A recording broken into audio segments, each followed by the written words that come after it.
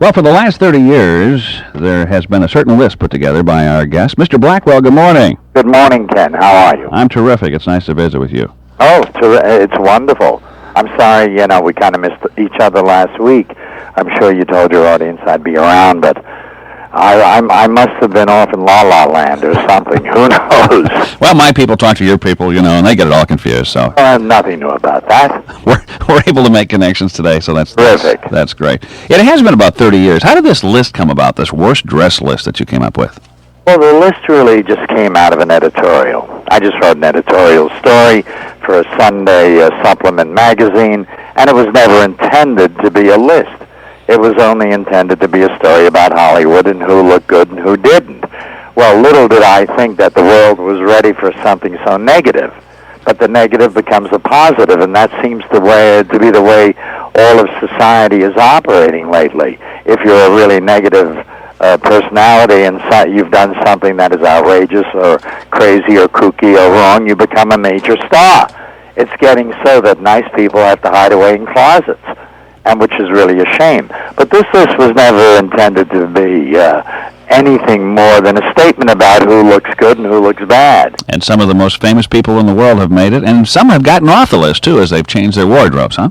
Well, the whole thing is, it took 3 years for the press to really have the nerve to come out and make a very public thing of it.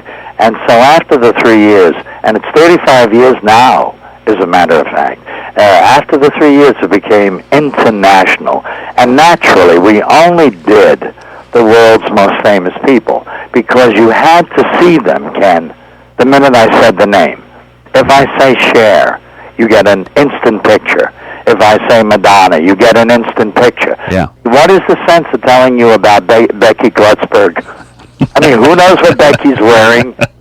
And who cares? Becky, forgive me. I don't mean it to be you. Okay, when I think of Cher, I think of tattoos, for instance. Becky. And she's going to call you up and say, what did he say about me? Yeah. Is it true that you are one of the loneliest guys in Hollywood? Do you really feel that way? Yes. Success is lonely. Is it because you achieve success because of the list? Are people upset when they make your list, or happy about it? People want to make the list. I mean, they may not admit it, but they really want to make the list. Just very few people have ever really been angry at me about the list. And when they're angry, they're angry. But I've never had any problem with it. I mean, if you're going to say, have you ever been sued, or did anyone ever threaten to sue you? No. No one ever threatened to sue me. I have never been sued. And most people get more publicity in one day than they can in an entire year. So negative publicity is better than no publicity. Theodore Kalin, is that his name? Yeah. Yeah, look at Hugh Grant. I mean, you just take a look at any time anything is a negative, it becomes a positive. Now, I don't know what to do next. I really don't. I'd love to do something outrageous and negative so that I could become really famous for something else. I've already done my what is it, penitence? Is that the word? Penance? Yes, I guess so. I guess that's the word. If it's over 2 syllables, forget it. I can't even say it. I've only had 3 years of grade school. You had a rough life, and in fact, I think you are very, very open and honest about your past. You have a new book out called From Rags to Bitches? Well, I'm honest about it because there's a lot, and I will be less lonely now. And incidentally, since the book, I have felt much better about myself. I've had an entirely different reaction. People have said, now, I think I understand where you come from. A lot of people thought all I ever did was the 10 Worst Dressed Women. When they find out that I was a ghetto boy, I was a street kid, when they find out that we survived, and anyone in the world can survive, when they find out that I went through terminal cancer, that my mother was a Russian immigrant and gave birth to 3 children, one who passed on, and fell in love with a man that she couldn't marry. She did marry him, but it was annulled immediately because he was a Catholic, she was a Jewess, and in those days, it was impossible to mix the two.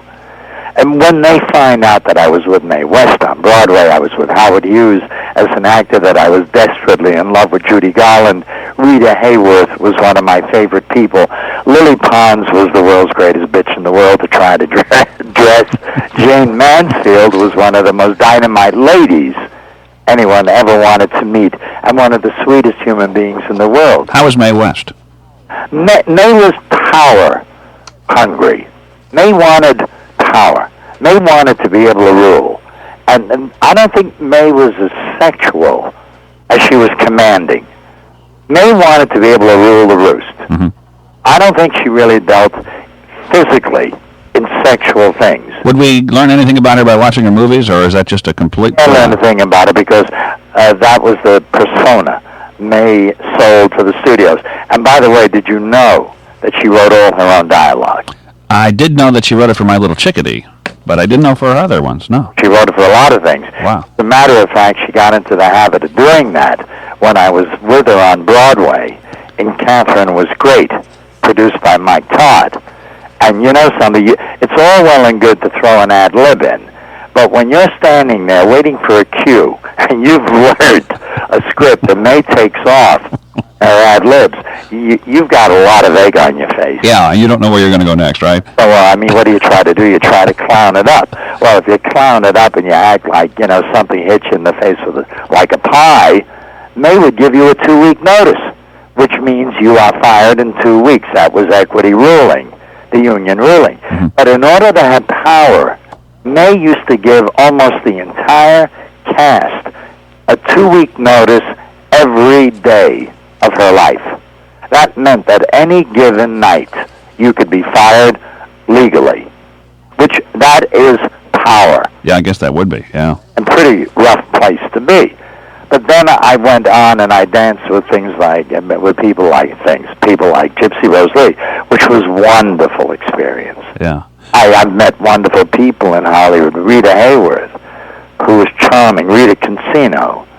And when you met Judy Garland in her young days, this was one of the most beautiful children that I think God ever put on earth. She was destroyed by the studios. Is there any... Well, no. Now that Mickey Rooney and Judy both came through the same studio, is there any reason why he didn't get destroyed by the drugs or whatever like Judy? I don't think Mickey ever got involved in it.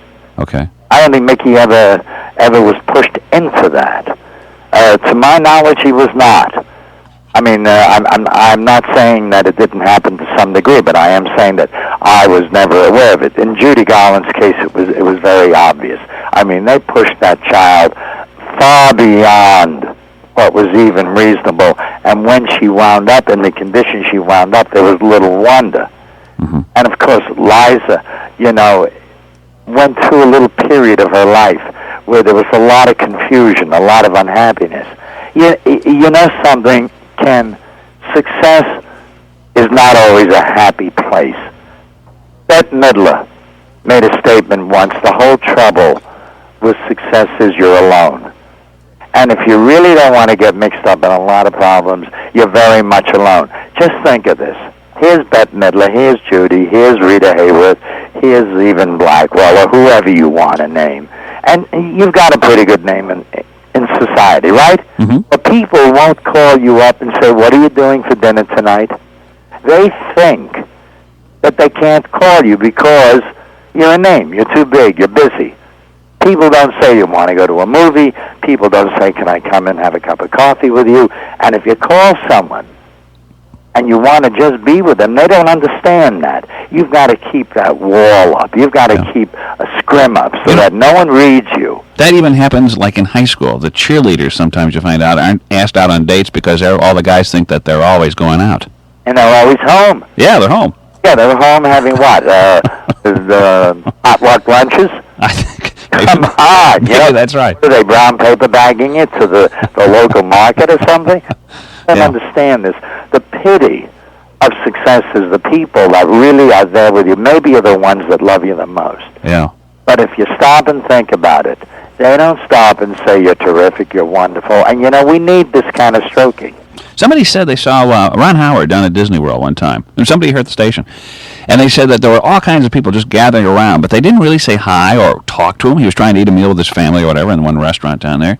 And they stood around taking pictures, but they didn't really talk. He said it was the most awkward thing he ever saw. It's an intimidation that you will never believe. You feel so terrible because you're afraid to open your mouth and put any food down your throat for fear someone's going to catch you with your tongue out. But you see, I think it's even worse that maybe the people who love you the most will learn from this book. Maybe it will, reflect back into their own life. Yeah. You talk about all this kind of stuff. Can you hang on for 1 second? I want to break for one commercial, and I know you have to save your voice because you have a lot of speaking to do tonight, but I know you spoke to the O.J. Simpson jurors. I did. I'll be thrilled to be with you, Ken. Okay. Can we ask you about that in just a second? Oh, sure. Mr. Blackwell is on the line. I'm sure you're familiar with his list he's come up with for about 30 years, and we'll chat more with him. It's 11:17 right now at AM 1230 WJBC. Hey, Dad, come pitch me a few. Your family is important, but it seems like they're not quite as important as having another drink. You don't remember when it got out of hand, but you know there's a problem. Why isn't Dad here for my birthday? The bad news is you could be an alcoholic. The good news is alcoholism is a treatable disease. If you think you have a drinking problem, get help before it drowns out everything else in your life. A public service message from the National Association of Broadcasters and this station. So I'm waiting here, and that light there changes green. So I pull out, right? And then this guy comes barreling down from over there. And here, right here, he clips me and my rear bumper flies off. So I go over to that phone right there and call Sharon, my farmer's insurance agent. And Sharon's all, "Are you okay?" And I said, "Yeah." And Sharon says, "Look, don't worry." So she finds me a farmer's claim center real close by. She takes care of all the paperwork and all those little details. You'll never know how good your insurance is until you use it, or until you call for a farmer's friendly review. We'll review your policy and see how it meets your needs. It's a free service from your local farmer's agent. So then the tow truck shows up, and this guy that hit me, he's still on the phone. He's got one of those discount insurance places, probably to save a few bucks, and he's talking to some machine. America can depend on farmers. For normal, call Ron Snisley at 454-7072 or Bryce Pope at 452-4522 or consult the Yellow Pages for the farmer's agent near you. You're in tune to the Ken Behrens Show at WJBC, and we have Mr. Blackwell on the line. He has a book out called From Rags to Bitches, and Love it. it's an honest look, evidently, at what life has been like for you, where you talk about being born illegitimate, right? A street hustler. Were you really raped at 11 years of age? Love children are very common today.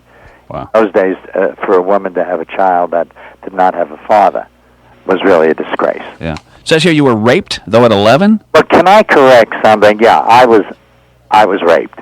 But rape to means forcible, forcing themselves on you. Yeah. All right, I was 11 years old. I never had a father.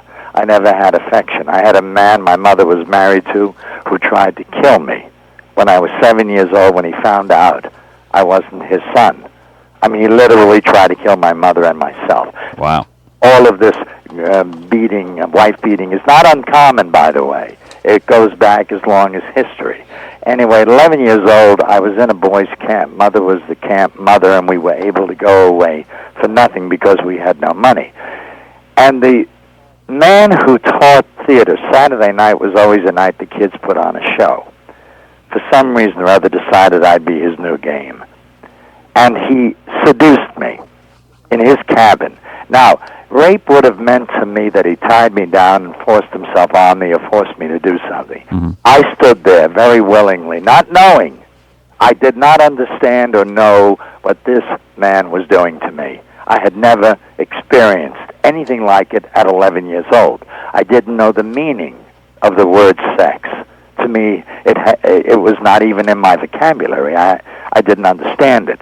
But I let him do this thing, this deed, whatever it might have been, for only one reason. I thought, as a child, maybe this is what happens when your father or a father image comes to you. I didn't know that was an obscenity, that it was considered rape. Right. Run from him, and I came back again and again, and I think the man changed my whole life, because when I went back to the city, I was so grateful for affection, for anyone who wanted me around, that I began walking streets looking for people to want me. So I was a street boy. Okay. Often they would throw me a quarter or something like that, and I'd walk into the bottom of a brownstone building only because I wanted someone to care. I thought this was caring, Ken. I did not know. But later in life, it became something else. In Hollywood, I was called a toy boy, a boy toy. There was such a thing as a casting couch in Hollywood. I don't know if there is today or not. There is no, not like it was in those days. No. And the guys had it as rough as the women, by the way. We all know that women had to have relationships in order to succeed in those days, many of them, or as a matter of fact, most of them. But little did you realize that the men went through worse times than even the women, because it was all very silent. And it wasn't an invasion of my privacy. What it was a game. And if we didn't play that game, we weren't at the studios. If we didn't play the game, we weren't in. If we weren't in, we had no chance at being anything in the movies. Yeah. You know, it's odd. I just watched They Shoot Horses, don't they? Not long ago. I've seen it before, but that's right. You look at these people trying to win, trying to become winners or to achieve. I mean, they were so desperate they would do anything. That's right. And finally, you get to the point where you say, "Is it really worth it?" You know, I mean, you're describing much the same kind of picture here, I think. It was, in a sense, worth it, except when they threw you out. When they were done with you, you were done. Yeah. When they decided that you were no longer desirable because someone else came along. I mean, that was the end of your career. Then you were a tramp. You see, then they put a label on you. He's a tramp. He's no good. So Hollywood could be kind of mean. It was mean. Yeah. It was mean in its golden days. It was very mean. Look what they did to Joan Crawford. When she left MGM, she went to Warner Brothers and did Mildred Pierce. Right? Mm-hmm. They brought in a woman who would be right under her, that if Joan got out of hand and out of line, they had a backup woman who was almost a clone